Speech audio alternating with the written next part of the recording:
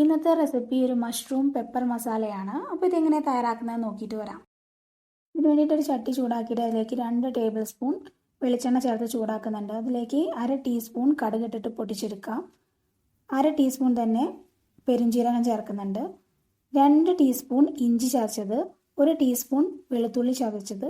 ഇനി ഇതിലേക്ക് വേണ്ടത് 2 സവോളയാണ്. ചെറുതായിട്ട് കട്ട് ചെയ്തും കൂടെ ചേർത്ത് കൊടുക്കുന്നുണ്ട്.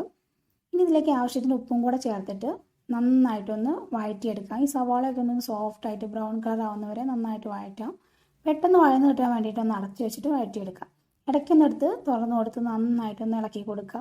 ഇപ്പോൾ നന്നായിട്ട് വഴന്നു വന്നിട്ടുണ്ട്. ഇനി ഇതിലേക്ക് തക്കാളി ചേർക്കാം. ഒരു 2 തക്കാളി ചെറുതായിട്ട് കട്ട് ചെയ്തത് ഇതിലേക്ക് ചേർക്കുന്നുണ്ട്. ഇനി ഈ തക്കാളി ഒന്ന് നന്നായിട്ടൊന്ന് സോഫ്റ്റ് ആവുന്നവരെ വേവിച്ചെടുക്കാം. അടച്ച് വെച്ച് തന്നെ വേവിച്ചെടുക്കാം. ഇടയ്ക്കൊന്ന് എടുത്തിട്ട് ഇളക്കി കൊടുത്താൽ മതി.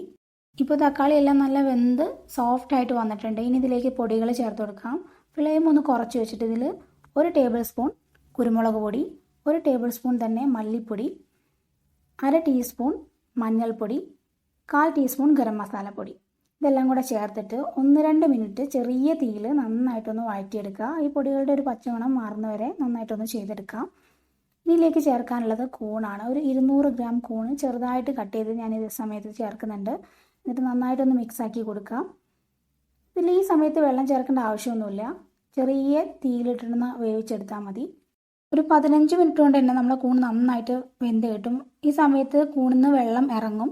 ഇനി ആവശ്യമുണ്ടെങ്കിൽ മാത്രം ഇതിലേക്ക് വെള്ളം ചേർത്ത് കൊടുക്കുക. അപ്പോൾ ഞാനിതിലേക്ക് ഒരു 1/4 കപ്പ് വെള്ളം കൂടെ ചേർത്തിട്ടുണ്ട്. എന്നിട്ട് അടച്ച് വെച്ചിട്ട് ഒന്നും കൂടെ ഒന്ന് വേവിച്ചെടുക്കുക. ഒരു 5 മിനിറ്റ് നന്നായിട്ടൊന്ന് വേവിച്ചെടുത്തിട്ടുണ്ട്.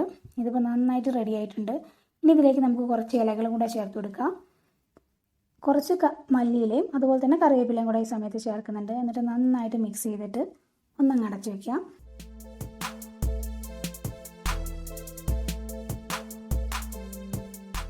ഇനി ഫ്ലെയിം ഓഫ് ചെയ്തിട്ട് സെർവ് ചെയ്യാം. അപ്പോൾ അടിപൊളി നല്ല സ്പൈസി ആയിട്ടുള്ള മഷ്റൂം പെപ്പർ മസാല ഇവിടെ റെഡി ആയിട്ടുണ്ട്. വീഡിയോ ഇഷ്ടമായിട്ടുണ്ടെങ്കിൽ ലൈക്ക് ചെയ്യാനും ഷെയർ ചെയ്യാനും സബ്സ്ക്രൈബ് ചെയ്യാനും മറക്കരുത്. Thanks for watching easy tips kitchen.